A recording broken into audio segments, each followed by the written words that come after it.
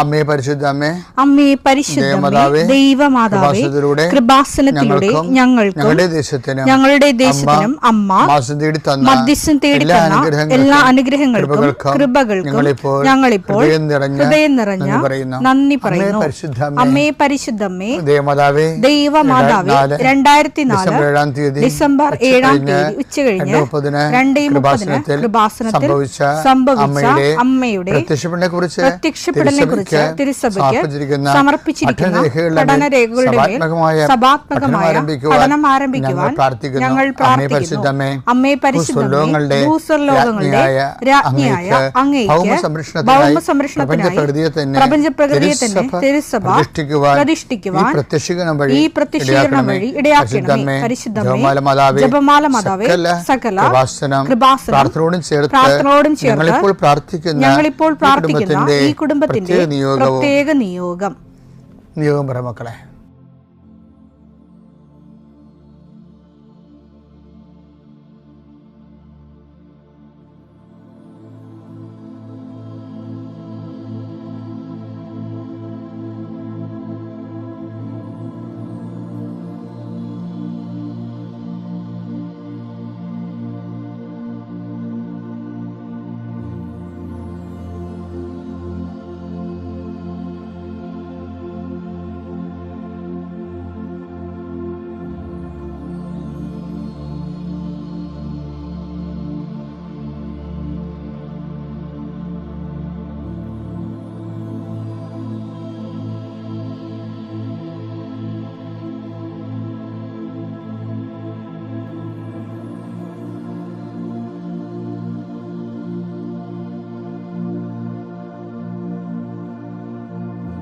അമ്മയുടെ പ്രത്യക്ഷീകരണത്തിന്റെ ഈ അനുഗ്രഹവേളയിൽ ഞങ്ങൾക്ക് സാധിച്ചു തരുവാൻ കനിയണമേ.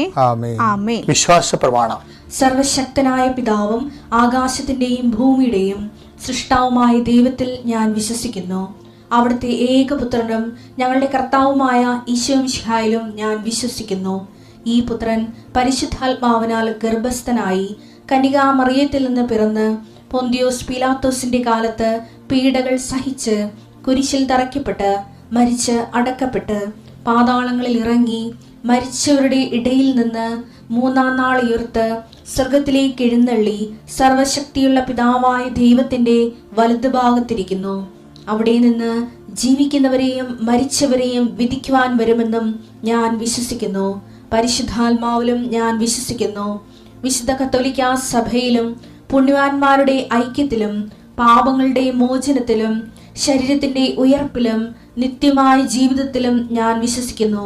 ആമേൻ. സുഖസ്ഥനായ ഞങ്ങളുടെ പിതാവേ, അങ്ങയുടെ നാമം പൂജിതമാകണമേ. അങ്ങയുടെ രാജ്യം വരണമേ. അങ്ങയുടെ തിരുമനസ് സ്വർഗത്തിലെ പോലെ ഭൂമിയിലും ആകണമേ. അന്നു വേണ്ടുന്ന ആഹാരം ഇന്ന് ഞങ്ങൾക്ക് തരണമേ. ഞങ്ങളോട് തെറ്റ് ചെയ്യുന്നവരോട് ഞങ്ങൾ ക്ഷമിക്കുന്നത് പോലെ ഞങ്ങളുടെ തെറ്റുകൾ ഞങ്ങളോടും ക്ഷമിക്കണമേ. ഞങ്ങളെ പ്രലോഭനത്തിൽ ഉൾപ്പെടുത്തരുതേ, തിന്മയിൽ ഞങ്ങൾ രക്ഷിക്കണമേ. ആമേൻ. നന്മ നിറഞ്ഞ മറിയമേ, സ്വസ്തി. കർത്താവ് അങ്ങയുടെ കൂടെ സ്ത്രീകളിൽ അങ്ങ് അനുഗ്രഹിക്കപ്പെട്ടവളാകുന്നു. അങ്ങയുടെ ഉദരത്തിൻ ഫലമായി ഈശോ അനുഗ്രഹിക്കപ്പെട്ടവനാകുന്നു. പരിശുദ്ധ മറിയമേ, തമ്പുരാന്റെ അമ്മേ, പാപികളായ ഞങ്ങൾക്ക് വേണ്ടി ഇപ്പോഴും ഞങ്ങളുടെ മരണസമയത്തും തമ്പുരാനോട് അപേക്ഷിക്കണമേ. ആമേൻ. കർത്താവേ, നിന്റെ ഉന്നതമായ നാമത്തിന് സ്തോത്രം ചെയ്യുന്നു. കർത്താവേ, നിന്റെ വിശുദ്ധ പൗരോഹിത്യത്തെ മഹത്വപ്പെടുത്തണമേ. കർത്താവെ, സഭയിലുള്ള സാന്നിധ്യം പ്രകടമാക്കണമേ. 40 വർഷം ഞാൻ അർപ്പിച്ച കൃപാനയുടെ യോഗ്യതയാൽ കൃപാസ്ഥാനത്താറെ ജീവനോടെ പ്രത്യക്ഷപ്പെട്ട പരിശുദ്ധ അമ്മയുടെ മാധ്യസ്ഥത്തിലെ കർത്താവ്, ഇന്ന് ഞങ്ങൾ കണ്ടുമുട്ടുന്ന വ്യക്തികൾ, കർത്താവ്, ഞങ്ങൾ ഇന്ന് സംസാരിക്കുന്ന വ്യക്തികൾ, ഞങ്ങൾ ചില പ്രോജക്റ്റുകൾക്ക് വേണ്ടിയും ചില പോംവഴികൾക്ക് വേണ്ടിയും ജീവിതത്തിലെ ചില പ്രയാസങ്ങൾ, സാമ്പത്തിക വിഷയങ്ങളായാലും മറ്റു വിഷയങ്ങളായാലും മാറുന്നതിന് വേണ്ടി സംസാരിക്കാൻ പോകുന്ന വ്യക്തികളിൽ, നിങ്ങൾ സംസാരിക്കാൻ പോകുന്ന വ്യക്തികളിൽ ഇന്ന് പരിശുദ്ധാത്മ നിറയട്ടെ. സഞ്ചാരി മാതാവ്, സമയത്തിനധികമായ പരിശുദ്ധ അമ്മ കൃപാസന മാതാവ് ഇന്ന് നിങ്ങളുടെ കൂടെ യാത്രയാവുകയും നിങ്ങളുടെ കൂടെ വരികയും ചെയ്യട്ടെ. നിങ്ങൾക്ക് സംസാരിച്ച് ഒതുക്കാൻ പറ്റാത്ത വിഷയങ്ങൾ, നിങ്ങൾ സംസാരിച്ച ശരിയാകത്തില്ലെന്ന് തോന്നുന്ന സ്ഥലങ്ങളിൽ കർത്താവ് തന്നെ മറുപക്ഷത്ത് നിന്നുകൊണ്ട് നിങ്ങൾക്ക് അനുകൂലമായ ഒരു സാഹചര്യം ഉണ്ടാക്കിത്തരാൻ കർത്താവിൻ്റെ നാമത്തിൽ ഞാൻ നിങ്ങളെ ആശീർവദിക്കുന്നു. പിതാവും പുത്രനും പരിശുദ്ധാത്മാവിൽ നീക്കാം. പ്രിയപ്പെട്ടവരെ, ഈ ബൈബിളിലെ വചനങ്ങളില്ലേ, അതിൻ്റെ ആശയങ്ങൾ എന്ന് പറയുന്നത് ഒരു പ്രക്രിയയും പരിണാമവുമാണ് ശരിക്കും. അപ്പോൾ നമുക്ക് ഏതെങ്കിലും ഒരു വചനം എടുത്തിട്ട് അത് ചുട്ടൂരമായിട്ട് പറയാൻ പറ്റത്തില്ല. ഇപ്പോൾ ഉദാഹരണത്തിന് പാപം നിയമലംഘനമാണ്. ഓക്കെ, അപ്പോൾ നമുക്ക് അത് ഒരു അടിത്തറയായിട്ട് എടുക്കാൻ പറ്റുക? അടിത്തറയല്ല, അതിനും താഴെ അടിത്തറയുണ്ട്. അതാണ് അതിൻ്റെ റൂട്ടായിട്ടുള്ള, അതായത് അടിസ്ഥാന ശിലകളെന്ന് പറയണത്, വചനത്തിൻ്റെ അടിസ്ഥാന ശിലകൾ.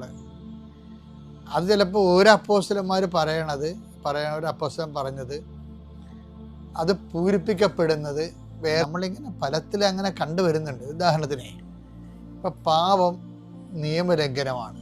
1 യോഹന്നാൻ 3:4 പാപം ചെയ്യുന്നവൻ നിയമം ലംഘിക്കുന്നു. പാപം നിയമലംഘനമാണ്.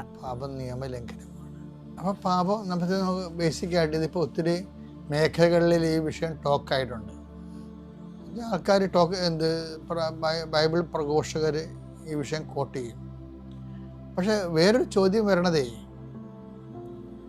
എന്തുകൊണ്ടാണ് നിയമം ലംഘിക്കുന്നത്? ആരുടെ നിയമമാണ് ലംഘിക്കുന്നത്? ആരുടെ നിയമമാണ് ലംഘിക്കണത്? ദൈവത്തിൻ്റെ നിയമങ്ങളാണ് ലംഘിക്കണത്. എന്തുകൊണ്ടാണ് ദൈവത്തിൻ്റെ നിയമങ്ങൾ ലംഘിക്കണത്? അതിനൊറ്റ കാരണമേ ഉള്ളൂ, ദൈവത്തെ അംഗീകരിക്കണത് പോരായ്മയെ കരുതണമുണ്ടാണ്. റോമ 1:28. അപ്പൊ റോമ 1:28 ദൈവത്തെ അംഗീകരിക്കുന്നത് പോരായ്മയായി അവർ കരുതിയത് നിമിത്തം അധമ വികാരത്തിനും, അത് പിന്നെ അധവികാരങ്ങൾക്കും അനുചിത പ്രവർത്തികൾക്കും അത് പാപത്തിലേക്ക് വിട്ടുകൊടുത്തെന്നാ പറയണം. അതിൻ്റെ വിഷയം എന്ന് വെച്ചാൽ, എന്തുകൊണ്ടാണ് പാപം നിയമലംഘനമാണ്? നമ്മുടെ ചോദ്യം എന്താണ്? എന്തുകൊണ്ടാണ് പാപം നിയമം ലംഘിക്കുന്നത്? അതെന്തുകൊണ്ടാണ്? ദൈവത്തെ അംഗീകരിക്കുന്നത് പോരായ്മയായി കരുതണകൊണ്ടാണ്. പിന്നെ ദൈവത്തെ എന്തുകൊണ്ടാണ് അംഗീകരിക്കുന്നത് പോരായ്മയായി കരുതണത്? ദൈവത്തെക്കാൾ വലിയ ദൈവമായിട്ട് വേറെ ആരെയോ കരുതണകൊണ്ടാണ്. അതുകൊണ്ടാണ് നിന്റെ കർത്താവ് ദൈവം ഞാനാകുന്നുവെന്ന് നമ്മൾ ഈ പന്തിയിൽ തന്നെ ഈ ദിവസം കേട്ടിട്ടില്ലേ? ഈ നമ്മുടെ കൂടെയുള്ള അപര ദൈവങ്ങളാണ് ശരിക്കും പറഞ്ഞാൽ നമ്മളെ ഈ മുമ്പ് പറഞ്ഞതുപോലെ ദൈവത്തെ അംഗീകരിക്കാൻ ബുദ്ധിമുട്ടുള്ള ആൾക്കാരുടെ നമ്മളെ മാറ്റണത്. അങ്ങനെയാണ് നിയമത്തെ നമ്മൾ ലംഘിച്ച് വരണത്. അപ്പോൾ ബേസിക്കായിട്ട് എന്താ വിഷയം? അപര ദൈവമാണ് വിഷയം. പക്ഷേ ദൈവത്തിനേക്കാൾ പ്രാധാന്യം നമ്മൾ വ്യക്തികൾക്ക് കൊടുക്കും ചിലപ്പോൾ. അപ്പോൾ ദൈവത്തേക്കാൾ പ്രാധാന്യമോ ആ ദൈവത്തിലുള്ള വിശ്വാസത്തേക്കാൾ പ്രാധാന്യമോ വേറെ വ്യക്തികൾക്ക് കൊടുക്കും. അപ്പോഴും സ്വാഭാവികമായിട്ടും നിയമലംഘനം വരും. ഈ വിശ്വാസം അറിയാതെയൊക്കെ വിവാഹം കഴിക്കുമ്പോൾ ഉണ്ടാകുന്ന പ്രശ്നങ്ങളതാണ്. വിശ്വാസം അറിയാതെ ഇപ്പം നമ്മൾ ഒരു വിശ്വാസത്തിന് കല്യാണം കഴിച്ചു. അപ്പം ചിലർ നമ്മുടെ വിശ്വാസത്തിലേക്ക് തിരിച്ച് വരുമായിരിക്കും, ചിലർ വിശ്വാസത്തിലേക്ക് വരത്തില്ല. മറിച്ച് നിങ്ങളെ ആ വിശ്വാസത്തിലോട്ട് കൊണ്ടുപോകും. അത് നിങ്ങൾക്കും അറിയാം. അപ്പോൾ നിങ്ങളുടെ വിശ്വാസത്തെക്കുറിച്ച് നിങ്ങൾക്ക് ആഴമായ ബോധ്യങ്ങളില്ല എന്നതിൻ്റെ അർത്ഥം. ബോധ്യം അങ്ങനെയല്ല, ഇത് നിങ്ങൾക്ക് സൗകര്യപ്പെട്ട കൊണ്ട് വിശ്വാസത്തെ ദൈവത്തെ നിങ്ങൾ ഒഴിവാക്കണതാണ്. സെക്കൻഡായിട്ട് കാണുന്ന അവഗണിക്കുകയാണ് ശരിക്കും പറഞ്ഞത്, അംഗീകരിക്കാതിരിക്കുന്നതാണ്. അപ്പോൾ ഇത് ഇപ്പം പല ആൾക്കാരും ഇത് ലോകമല്ലേ ഇപ്പം പുതിയ കാലത്ത് ജാതി മതം ഉണ്ടാകുന്നൊക്കെ തിരക്കിയാലും അത് എനിക്ക് പറയാനുള്ള ഇത്രയേ ഉള്ളൂ. ദൈവത്തെ കാണാത്തത് കൊണ്ടും ദൈവത്തെ അറിയാത്തത് കൊണ്ടും ദാനമായി കിട്ടിയ വിശ്വാസത്തിന് വില അറിയാത്തത് കൊണ്ടുമാണ് അവർ ദൈവത്തെ അവഗണിക്കണത്. അനുതാപം എന്ന് പറയുമ്പോൾ ഇങ്ങനെയുള്ളവർക്ക് അനുതാപം കിട്ടിയ വലിയ അനുഗ്രഹമാണ്. പക്ഷെ അനുതാപം കിട്ടുമ്പോൾ അനുതാപത്തിന് യോജിച്ച ഫലങ്ങൾ വേണം. അല്ല വെറുതെ എനിക്ക് അനുതാപം ഉണ്ടെന്നൊരു കാര്യമില്ല. കാര്യം ബൈബിൾ നോക്കുന്നത് അനുതാപമല്ല, അനുതാപത്തിന്റെ ഫലങ്ങൾ. മത്തായി 3:8 മാനസാന്തരത്തിന് യോജിച്ച ഫലം പുറപ്പെടുവിക്കും. മാനസാന്തരത്തിന് ദുഃഖം പിടിച്ച് മനസ്സിൽ സങ്കടം പിടിച്ചെന്നൊരു കാര്യമില്ല, അതിൻ്റെ യോജിച്ച ഫലങ്ങളുണ്ട്. അതാണ് യോജിച്ച ഫലങ്ങൾ പുറപ്പെടുവിക്കണം. അനുതാപത്തോടെ ജീവിക്കണം, വിശ്വാസത്തെ കുഞ്ഞുങ്ങളെ വളർത്തണം, മേലുള്ള ജീവിതത്തിന് വിശുദ്ധി കീപ്പ് ചെയ്യണം. കുറേ കാര്യങ്ങളുണ്ട്. ഇതൊക്കെ പ്രാക്ടിക്കലല്ല, ഭയങ്കര പാടായിരിക്കും എന്ന് നമുക്ക് തോന്നും. പക്ഷേ നിങ്ങളൊന്ന് ചിന്തിച്ച് നോക്കിയേ, അപ്പനോ അമ്മയോ വിശ്വാസത്തിൽ ലൂസായിട്ട് വീട്ടിൽ സംസാരത്തിലുള്ളവരാണ് അവരുടെ മക്കളാണ് വിശ്വാസം നഷ്ടപ്പെടുത്തുന്നത്. പിന്നെ വേറെ ചില ആൾക്കാർ വിശ്വാസം, അതായത് കുഞ്ഞുങ്ങൾക്ക് താറോവായിട്ട് അവർക്ക് വിശ്വാസം ഭാരമായിട്ട് കുഞ്ഞുനാളിൽ തന്നെ പ്രാർത്ഥനകളുടെ എണ്ണവും തീഷ്ണതയും കൂട്ടുന്ന ആൾക്കാരുണ്ട്. അപ്പോൾ ചില കുഞ്ഞുങ്ങൾക്ക് അതുമായിട്ട് യോജിക്കാൻ പറ്റാതെ അവർ മനസ്സുകൊണ്ട് വിശ്വാസത്തെ എതിർക്കും. കാരണം വിശ്വാസം ജീവിക്കുക എന്ന് പറഞ്ഞാൽ ചാലഞ്ച് അല്ലേ, റിസ്ക് അല്ലേ. മിഠായി തിരണ പോലെയും മദ്യം അടിക്കണ പോലെയൊന്നും അല്ലല്ലോ. അതിനതിൻ്റെ റിസ്ക് ഉണ്ട്, ജീവിത രീതികളുണ്ട്. അതിൽ നിന്ന് ചാടി പുറത്ത് വീഴാൻ എല്ലാവർക്കും തോന്നും. ക്ലാസ് ഇല്ലാത്തപ്പോൾ ചില ദിവസങ്ങൾ ഇൻ്റർവെല്ലിനെ കഴിഞ്ഞ് ക്ലാസ് ഇല്ലെന്ന് പറയത്തില്ല. ഈ ടൈമിന് അടുത്ത പീരീഡ് ഇല്ലെന്ന് പറഞ്ഞുകൊണ്ട് പറയുമ്പോൾ പിള്ളേർ എന്ത് ആഹ്ലാദത്തോടെയാണ് ചാടിപ്പുറത്ത് വീഴുന്നത്. അപ്പോൾ ക്ലാസ് ഇരിക്കുന്നതിനേക്കാളും നല്ലത് കളിച്ച് നടക്കുന്നതാണ്. അത് തന്നെയാണ് ഇവിടെ സംഭവിക്കുന്നത്. വിശ്വാസത്തിൽ ജീവിക്കുന്നതിന് അതിൻ്റെതായിട്ടുള്ള കുറച്ച് പേയ്മെൻറ്റ്സുകളുണ്ട്. പക്ഷെ നമ്മൾ ഒരിക്കലത് കൊടുക്കാൻ തീരുമാനിച്ച് നമ്മൾ വിശ്വാസത്തിന് പേയ്മെൻറ്റ് കൊടുക്കുന്നവരാണ്, അതനുസരിച്ച് ജീവിക്കുന്നവരാണെന്ന് സമൂഹത്തിനല്ല മനസ്സിലാകേണ്ടത്. എല്ലാവരും കുടുംബക്കാരെ ബോധിപ്പിക്കാൻ വേണ്ടിയാണ്. ചിലരൊക്കെ പള്ളിയിലൊക്കെ പോണതും കുമ്പസാരിക്കണൊക്കെ വരെ എന്തിനാണ്? അപ്പനെയും അമ്മനെയും ബോധിപ്പിക്കാനും. അപ്പനും അമ്മയുടെ കാലം കഴിയുമ്പോൾ അവർ സ്വന്തം സ്വഭാവം കാണിക്കും. അപ്പം അതുകൊണ്ട് അതല്ല ശരിക്കും വിശ്വാസത്തിൽ ജീവിതം എളുപ്പമാകുന്ന ഒരു സൂപ്പർ പണിയുണ്ട്. അത് വെച്ച് കഴിഞ്ഞാൽ വിശ്വാസ ജീവിതം എളുപ്പമാകാനുള്ള മാർഗം ഈ നാട്ടുകാരെയും വീട്ടുകാരെയും ബോധിപ്പിക്കുന്നതിനേക്കാൾ ഉപരി നമ്മൾ വിശ്വാസിയാണ് ജീവിക്കണമെന്ന് ദൈവത്തെ ബോധിപ്പിച്ചാൽ മതി. അപ്പം എന്താ സംഭവിക്കുന്നത്? ദൈവസഹായം വരും. നമുക്ക് ദൈവസഹായം കിട്ടാൻ എല്ലാ കാര്യങ്ങൾക്കും ദൈവസഹായം കിട്ടണമെന്ന് ഇല്ല, ജീവിക്കാൻ പറ്റിയിടുന്ന് കണ്ടുപിടിച്ചതും അത് നമ്മളോട് പറഞ്ഞു തന്നെ. അമ്മയ്ക്കും 1000 നന്ദി. ഈ ആൾത്താരയിൽ കയറി നിന്ന് സാക്ഷ്യം പറയാൻ സാധിച്ചതിൽ ഈശോ അമ്മയുടെ ആദ്യമായി നന്ദി രേഖ. എൻ്റെ പേര് ബിനിയ, ഇതെൻ്റെ ഹസ്ബൻഡ് സന്തോഷ്, മകൻ സൗരവ്. ഞങ്ങളുടെ വീട് തൃശ്ശൂരാണ്. ഞങ്ങൾ ആദ്യമായിട്ട് ഉടമ്പടി എടുത്തത് 17/11/2024 ഈ ഉടമ്പടി എടുക്കാൻ ഞാൻ ഇവിടെ എത്താനായിട്ട് എനിക്ക് ഈ കൃപാസനത്തിനെ കുറിച്ചോ ഒന്നും അറിയില്ല. അപ്പോൾ ഞങ്ങൾക്ക് കുറച്ച് പൈസ ഞങ്ങൾ കടം കൊടുത്തിരുന്നു. അപ്പോൾ അവരെ നമ്മൾ വിളിക്കുമ്പോഴൊക്കെ ഓരോ അവധികൾ പറയും. അങ്ങനെ വിളിച്ചപ്പോൾ അവരെ മകളാണ് ഫോൺ എടുക്കണത്. അപ്പോൾ മകൾ പറഞ്ഞു, ചേച്ചി ഒരു കാര്യം ചെയ്യുക, അമ്മയ്ക്ക് പൈസ കിട്ടണില്ല, ചേച്ചിക്ക് പൈസയ്ക്ക് ബുദ്ധിമുട്ടും എല്ലാം ആണ് ഇവിടെ. ചേച്ചി കൃപാസനം എന്നൊരു പള്ളിയുണ്ട്, അവിടെ പോയി ഒന്ന് ഉടമ്പടി എടുത്ത് പ്രാർത്ഥിക്കുന്നു. അപ്പോഴും നമുക്ക് ഇതിനെപ്പറ്റി ഒന്നും അറിയില്ല. നമ്മളൊരു ഹിന്ദു മതത്തിൽ ജനിച്ചതാണ്. കൃപാസനം പള്ളിയെ പോലും ഞാൻ കേട്ടിട്ട് പോലും ഉണ്ടായിരുന്നില്ല.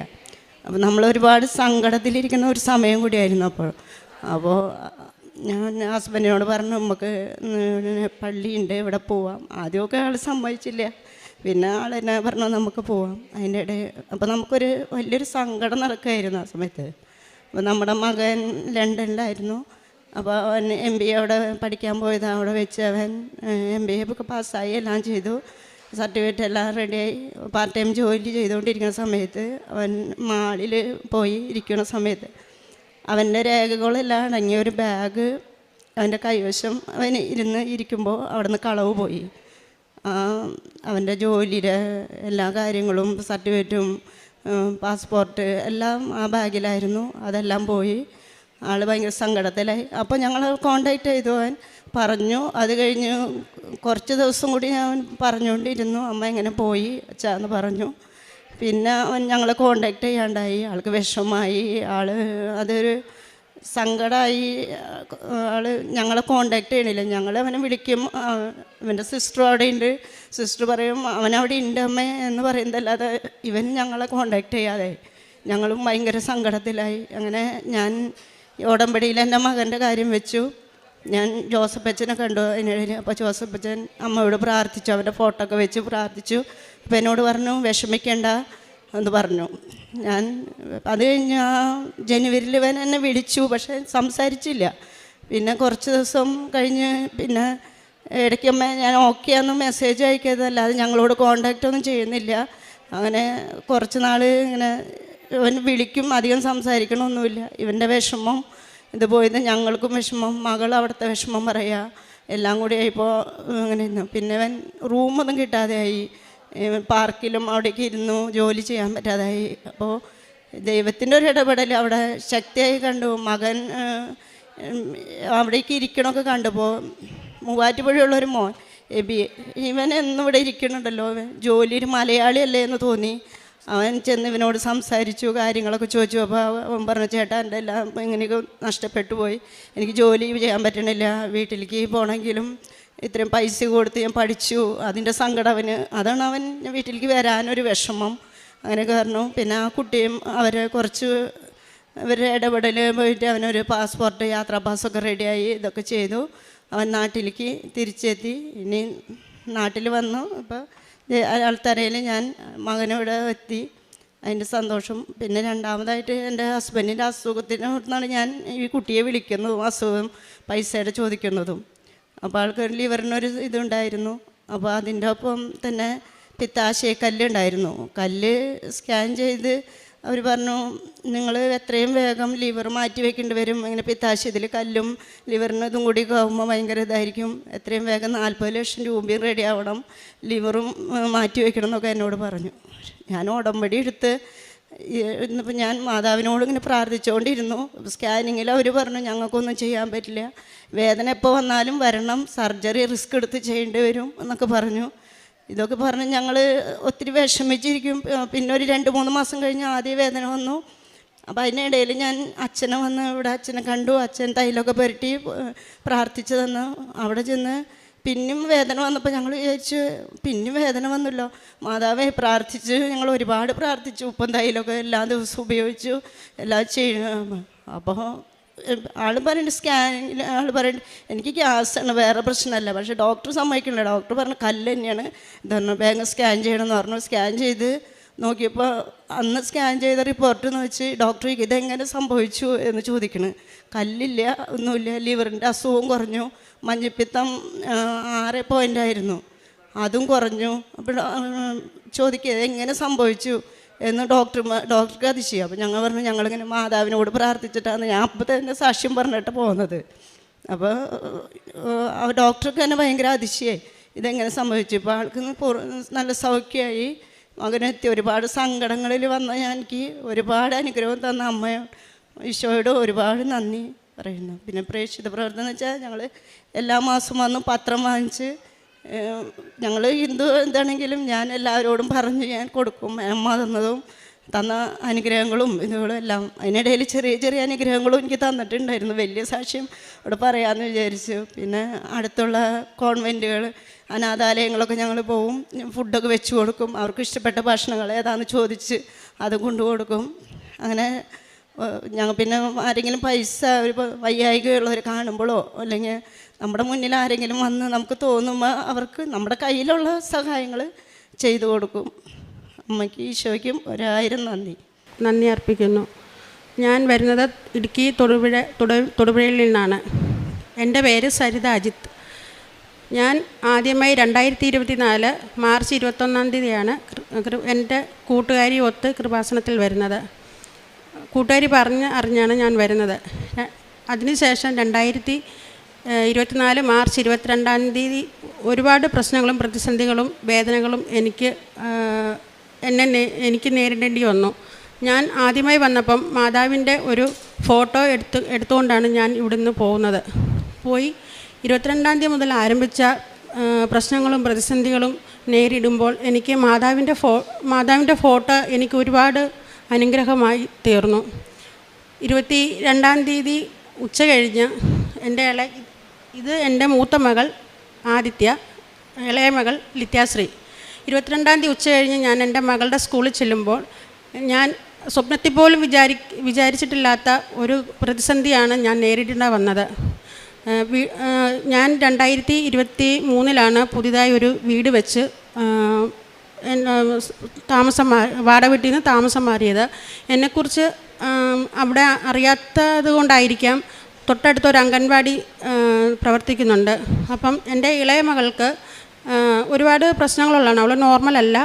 ഞങ്ങൾ ചികിത്സിക്കുകയും കൗൺസിലിംഗ് കൊടുക്കുകയും ചെയ്തുകൊണ്ടിരിക്കുകയായിരുന്നു. അപ്പം അവൾക്ക് ഉള്ള ബുദ്ധിമുട്ടിൽ അവൾ സ്വാഭാവികമായിട്ട് അവിടെ ശരീരം തന്നെ നോവിക്കുകയും പിച്ചുകയും കടിക്കുകയും അങ്ങനെയൊക്കെയുള്ള ഓരോ പ്രശ്നങ്ങൾ അവൾക്കുണ്ടായിരുന്നു. ഞങ്ങളത് കൗൺസിലിംഗ് കൊടുക്കുകയും ട്രീറ്റ്മെൻറ്റ് ചെയ്തുകൊണ്ടിരിക്കുകയായിരുന്നു. അപ്പം ഞാൻ അവിടെ പുതിയതായി താമസിച്ച് ചെന്നത് കാരണം എന്നെക്കുറിച്ച് അറിയേല. അപ്പോൾ അംഗൻവാടി ടീച്ചർ മുഖേന ചൈൽഡ് വെൽഫെയറിന് കംപ്ലയിൻറ്റ് പോയി, മാതാവിൻ്റെ ഉപദ്രവമായിരിക്കാം, അപ്പം കുട്ടിക്ക് കാലിന് ചെറിയ സ്വാധീനക്കുറവുണ്ട്, അപ്പോൾ മാതാവിൻ്റെ ഉപദ്രവമായിരിക്കാം കുട്ടി ഇങ്ങനെ എന്നും പറഞ്ഞുകൊണ്ട് ചൈൽഡ് വെൽഫെയറിന് കംപ്ലയിൻറ്റ് പോയി. പഠിക്കുന്ന സ്കൂൾ വഴിയാണ് പോയത്. ഇതറിയാതെയാണ് ഉച്ച കഴിഞ്ഞ് ഞാൻ ആ സ്കൂളിൽ ഉച്ച കഴിഞ്ഞ് 2:30-3 മണിയായപ്പോഴാണ് ഞാൻ ആ സ്കൂളിൽ ചെല്ലാനിടയായത്. ചെല്ലുമ്പോൾ CWCക്കാർ എൻ്റെ കുഞ്ഞിനെ വെച്ച് ചോദ്യങ്ങൾ ചോദിക്കുകയും അവളെ ക്വസ്റ്റ്യൻ ചെയ്ത് അവൾക്കറിയാവുന്നതും സത്യസന്ധമായ കാര്യങ്ങളെല്ലാം പറഞ്ഞു. ഞാൻ അവിടെ ചെന്നതിന് ശേഷം എന്നെ മാറ്റി ഒരു റൂമിലിരുത്തി. ഞാനിതൊന്നും അറിയാതെയാണ് അവിടെ ചെന്നെങ്കിൽ പോലും കാരണം എനിക്ക് പേടിക്കേണ്ട കാര്യമില്ല. ഞാൻ അതിനകത്ത് ഒരു തെറ്റും ചെയ്തിട്ടില്ലാത്ത കാരണം ഞാൻ അതിനെ നേരിട്ടു. എന്നെ മാറ്റി ഒരുപാട് ചോദ്യങ്ങൾ ചോദിച്ചു. അപ്പോൾ ഞാനും എൻ്റെ മോളും പറഞ്ഞ കാര്യങ്ങളെല്ലാം ഒരുപോലെയാണ്. എന്നാലും CWCക്കാർ കുട്ടിയെ വിട്ടുതരാൻ തയ്യാറായില്ല. അവിടുന്ന് തൊടുപുഴ ഒരു ഗവൺമെൻറ് ഹോസ്പിറ്റലിൽ കൊണ്ടുപോയി കുഞ്ഞിനെ ശരീരങ്ങൾ ടെസ്റ്റ് ചെയ്യുകയും പരിശോധിക്കുകയും കുഞ്ഞിനോട് ചോദ്യങ്ങൾ ചോദിക്കുക. അപ്പോൾ അവളിൽ നിന്ന് അവർക്ക് പോസിറ്റീവായ ഒന്നും കിട്ടിയില്ല. എല്ലാം എനിക്ക് കാരണം ഞാൻ സത്യസന്ധമായിട്ട് അതിനെ നേരിടുന്നതുകൊണ്ട് CWCക്കാരുടെ കൂടെ വന്ന പോലീസിൻ്റെയും എൻ്റെ കുട്ടിയുടെയും കൂടെ ഞാൻ ആശുപത്രിയിൽ പോവുകയും മാതാവിൻ്റെ ഫോട്ടോ അപ്പോഴേ ഞാൻ എൻ്റെ ഫോണിൽ നിന്ന് എടുത്തു. അമ്മേ സത്യം എന്നതാണോ അത് പുറത്തു വരണം. ഇപ്പം അറസ്റ്റ് പ്രതീക്ഷിച്ച ഒരു ഇതിലാണ് ഞാൻ ഈ ആശുപത്രിയുടെ ഇതിലിരിക്കുന്നത്. എന്നെ അറിയാവുന്നവരും ഇവിടെ എന്നെ ആദ്യമായി കൊണ്ടുവന്ന എൻ്റെ കൂട്ടുകാരിയും അറിഞ്ഞ് ഓടി എൻ്റെ അടുത്ത് വന്നു. ഞാൻ കടയിൽ ജോലി ചെയ്യുന്നിടത്തു നിന്ന് അവർ ഓടി വന്നു. അപ്പം ഞാൻ അമ്മയോട് പ്രാർത്ഥിച്ചതന്നേ ഉള്ളൂ, എൻ്റെ സത്യസന്ധത എനിക്ക് വെളിയിൽ കൊണ്ടുവരണം. അങ്ങനെ പ്രാർത്ഥിച്ചുകൊണ്ടിരിക്കുക. ഒരു 1.5-2 മണിക്കൂറോളം നീണ്ട പരിശോധനയ്ക്ക് ശേഷം എൻ്റെ കുഞ്ഞിനെ CWCക്ക് ചൈൽഡ് വെൽഫെയറുകാർ ഏറ്റെടുത്ത് കൊണ്ടുപോയി. എന്നെ കുട്ടിയെ വിട്ടു തരാതെ കൂട്ടിക്കൊണ്ടുപോയി. അപ്പം ഞാൻ അമ്മയോട് കരഞ്ഞൊന്നേ പ്രാർത്ഥിച്ചുള്ളൂ, എൻ്റെ കുഞ്ഞിനെ എൻ്റെ അടുത്തുനിന്ന് കൊണ്ടുപോയതുപോലെ തന്നെ സത്യം വെളി വന്നു. അപ്പോൾ അതിൻ്റെ കുഞ്ഞിനെ ചികിത്സിക്കുന്ന പേപ്പറുകളും കാര്യങ്ങളും എൻ്റെ ഉണ്ടായിരുന്നു. അതിൻ്റെ ഇടയിലാണ് എൻ്റെ മൂത്ത മോൾക്ക് ഈ പ്രശ്നങ്ങൾ നേരിടുമ്പം അതേ സ്കൂൾ കോമ്പൗണ്ടിൽ നിൽക്കുമ്പോഴാണ് എൻ്റെ മോള് ആന്ധ്ര നേഴ്സിംഗ് പഠിക്കുകയാണ്, BSc നേഴ്സിംഗ് പഠിക്കുമ്പോൾ ആ പോലീസുകാരുടെ മുന്നേ നിൽക്കുമ്പോഴാണ് എനിക്ക് കോൾ വരുന്നത് കോളേജിൽ നിന്ന്. മോൾക്ക് സുഖമില്ല, മോളുടെ വയറ് വീർക്കുകയാണ്, മോൾക്ക് നടക്കാൻ പറ്റുകയില്ല, സ്റ്റെപ്പ് കയറാൻ പാടാണ് എന്നും പറഞ്ഞ് കോൾ വരുന്നു. അപ്പം ഈ പോലീസുകാരോട് ചോദിച്ചുകൊണ്ടാണ് ഞാൻ കോൾ എടുക്കുന്നത്. എൻ്റെ മൂത്ത മോളാണ് എന്നെ വിളിക്കുന്നത്. എന്നാന്നറിയത്തില്ല, ഫോൺ എടുത്തോളാൻ പറഞ്ഞു, സംസാരിച്ചു. അപ്പം മോള് പറയുന്നു ആശുപത്രി അൾട്രാസൗണ്ട് സ്കാൻ ചെയ്തപ്പം ക്യാൻസറിൻ്റെ ലക്ഷണങ്ങളാണെന്നാണ് പറയുന്നതെന്ന് പറയുന്നു. അപ്പോഴും ഞാൻ എൻ്റെ മാതാവിനെ ഉറച്ചു വിളിച്ചു. എന്നെല്ലാം പ്രതിസന്ധി ഞാൻ അവിടെ വന്നു. അപ്പം എന്നെ ഈ പ്രതിസന്ധികൾ നേരിടാനാണ് എൻ്റെ അമ്മ മാതാവ് എന്നെ ഇവിടെ കൊണ്ടുവന്നത്. അങ്ങനെയാണ് ഞാൻ വിശ്വസിക്കുന്നത്. അപ്പം അപ്പോഴും ഞാൻ പറഞ്ഞു, മാതാവ് എന്നെ പരീക്ഷിക്കല്ലേ, എന്നെ തളർത്തല്ലേ എന്ന് ഞാൻ പ്രാർത്ഥിച്ചു.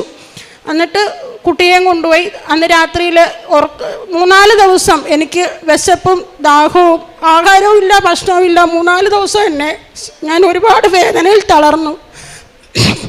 എന്നാ ചെയ്യണ്ടെന്നറിയില്ല. അപ്പോഴും ഞാൻ എൻ്റെ അമ്മ മാതാവിനോട് പ്രാർത്ഥിച്ചുകൊണ്ടേയിരുന്നു. മനസ്സുകൊണ്ട് ഞാൻ അമ്മയോട് സംസാരിച്ചുകൊണ്ടേയിരുന്നു. ഞാനപ്പോൾ ഉടമ്പടിയിലല്ല, എനിക്ക് എങ്ങനെ പ്രാർത്ഥിക്കണമെന്നറിയില്ല. ഞാൻ അമ്മയോട് കാര്യങ്ങൾ പറയും, കരയും. ഞാൻ അമ്മയെ ഉടമ്പടി എടുത്തേക്കാം, എൻ്റെ മക്കൾക്ക് നല്ലത് വരുത്തണേ, എൻ്റെ മകളുടെ അസുഖങ്ങൾ മാറണേ, എൻ്റെ കുഞ്ഞിനെ വിട്ടു തരണമേ, ഞാൻ ഉടമ്പടി എടുത്തേക്കാം എന്ന് പറഞ്ഞുകൊണ്ടേയിരുന്നു. ഒരാഴ്ചക്കുള്ളിൽ കുഞ്ഞിനെ മൂത്ത മകളെ പോയി പെട്ടെന്ന് കോളേജിൽ നിന്ന് കൂട്ടിക്കൊണ്ട് വരേണ്ട സ്ഥിതിയായി. കൂട്ടിക്കൊണ്ടുവന്നു. തൊടുപുഴ പ്രൈവറ്റ് ഹോസ്പിറ്റലിൽ കാണിക്കുന്നു. അവിടെയും പറയുന്നു ക്യാൻസറിൻ്റെ ലക്ഷണമാകാം, അല്ലെങ്കിൽ TB ആയിരിക്കാം. കുഞ്ഞിന് അവൾക്ക് നടക്കത്തില്ല, മൂത്ത മോൾക്ക് നടക്കുകയില്ല. ആകെ വാടിത്തളർന്ന് വയറും വീർത്ത്. ആദ്യമൊക്കെ ഫുഡിൻ്റെ അന്നും കൊണ്ട് തള്ളിവിട്ടു മാസങ്ങൾ. അത് കഴിഞ്ഞ് ആശുപത്രിയിൽ കൊണ്ട് കാണിച്ചു. അവിടെ ഒരു ഡോക്ടർ പറഞ്ഞു ഇതുപോലെ 1 ലക്ഷം രൂപ 1.5 ലക്ഷം രൂപ അടുത്താവും, ബയോപ്സി ചെയ്യണം, ടെസ്റ്റുകൾ ചെയ്യണം. അപ്പോൾ എന്നെ സംബന്ധിച്ച് എനിക്ക് അത്രയും രൂപയൊന്നും പെട്ടെന്ന് പറ്റത്തില്ല. എൻ്റെ മകളുടെയും കരച്ചിൽ കണ്ട് ഡോക്ടർ കോട്ടയം മെഡിക്കൽ കോളേജിലോട്ട് എഴുതി തന്നു, ലെറ്റർ തന്നു വിട്ടു.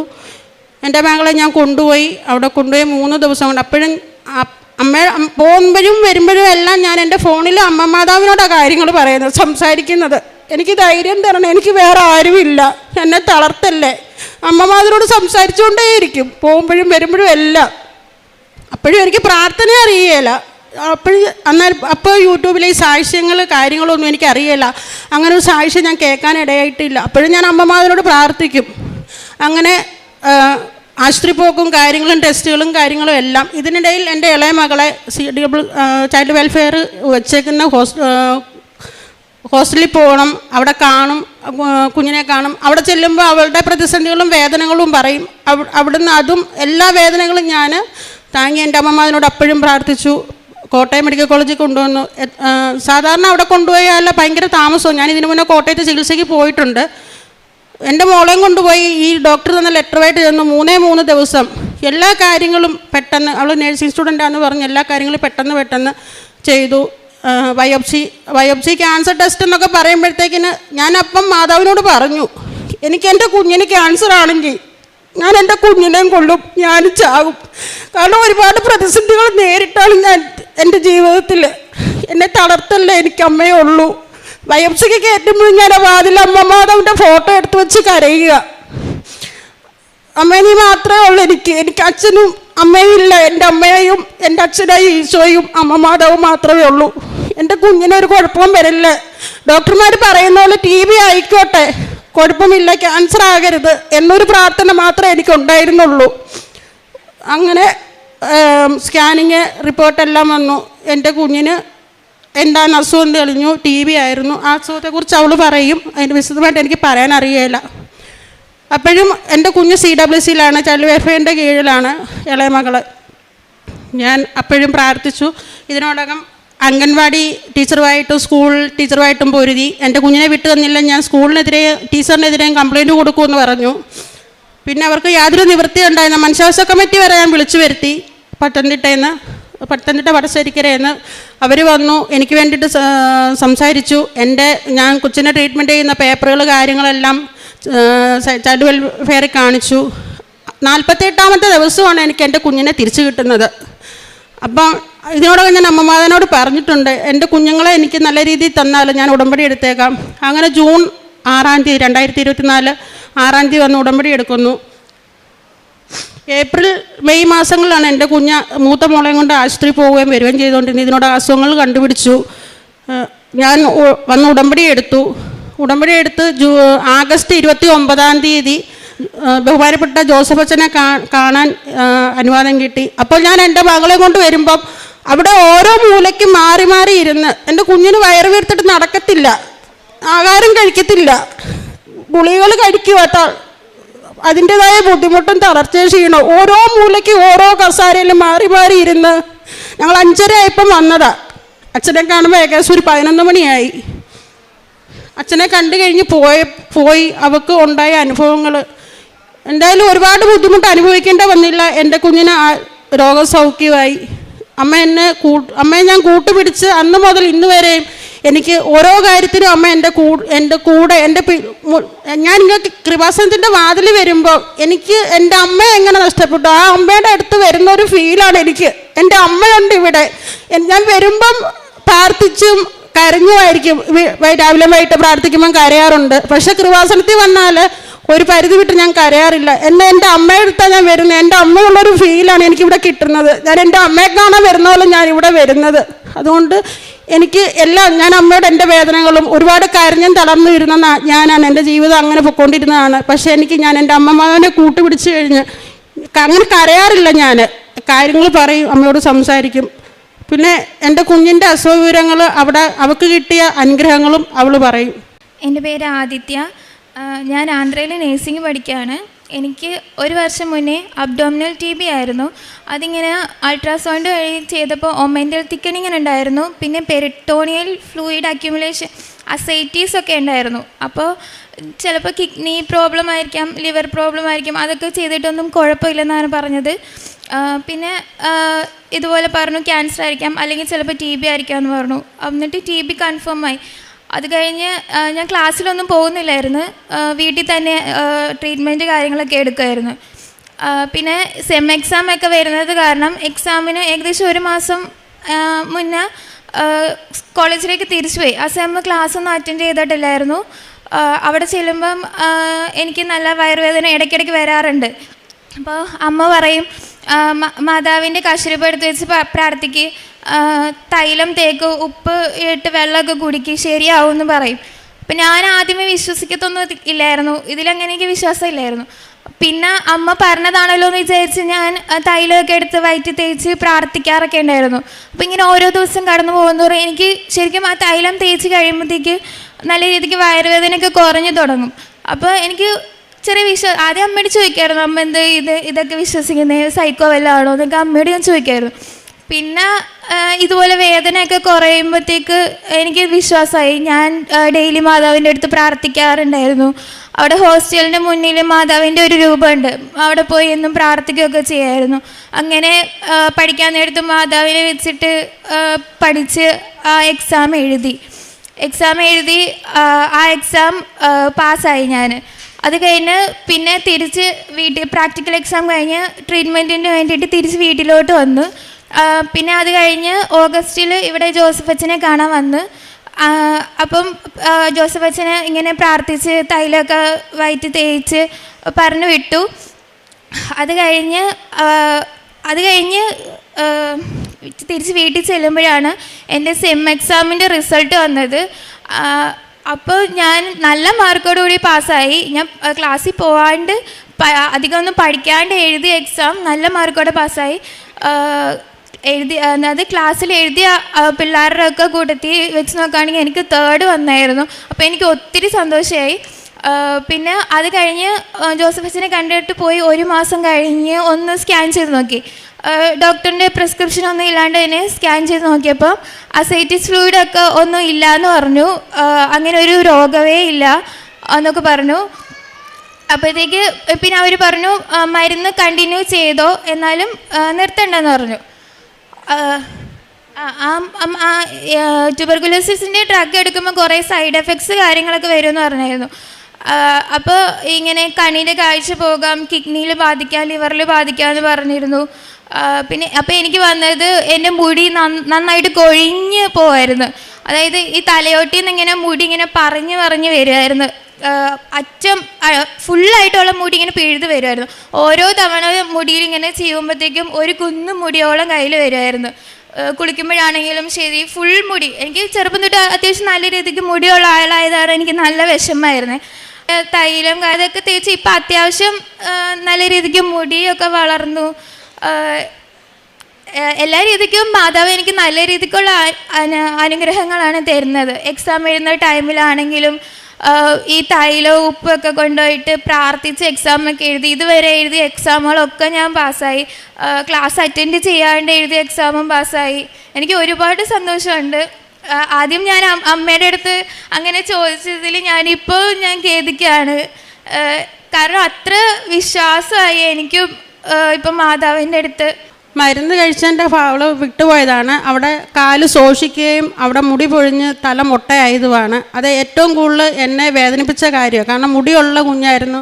അപ്പം ഇവിടെ ഈ നെറ്റി എല്ലാം നല്ലോണം കഷണ്ടിയായി, മുടിയൊന്നുമില്ലായിരുന്നു. അവിടെ ഫോണിൽ ഫോട്ടോയുണ്ട്, മുടി പൊഴിഞ്ഞു പോകുന്ന. ഓരോ തവണയും അവൾ കോളേജിൽ നിന്ന് എനിക്ക് ഫോട്ടോ ഇട്ട് തരുമ്പോഴും ഞാൻ പറയും കുഴപ്പമില്ല, അമ്മ മാതാവ് എല്ലാം തരും, ഈശോ അനുഗ്രഹിക്കും എന്നും പറഞ്ഞുകൊണ്ട് ഞാൻ എണ്ണ കാച്ചി ഇവിടുത്തെ തൈലം 2-3 തുള്ളി അതിനകത്ത് ഒഴിച്ച് കൊറിയർ അയച്ചു വിടും എൻ്റെ മോൾക്ക് തലയിൽ പെട്ടാൻ. അങ്ങനെയാണ് അവൾക്ക് മുടി വളർന്നത്.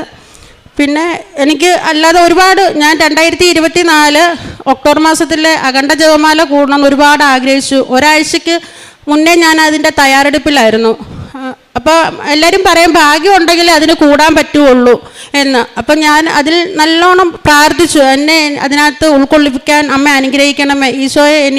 എനിക്ക് വെരിക്കോസ് വെയിൻ ഉണ്ട്, തലവേദനയുണ്ട്, ഓവറിൽ സിസ്റ്റുണ്ട്, എനിക്കില്ലാത്ത അസുഖങ്ങളില്ല. പക്ഷേ ഈ അസുഖങ്ങളെല്ലാം ഓരോന്ന് വരുമ്പോഴും ഞാൻ അമ്മയുടെ തൈലം, എൻ്റെ വെരിക്കോസ്, ഞാൻ ഒരു 10, 12, 13 മണിക്കൂർ നിന്ന് ജോലി ചെയ്യുന്ന ആളാണ് ഒരു 13 വർഷമായിട്ട്.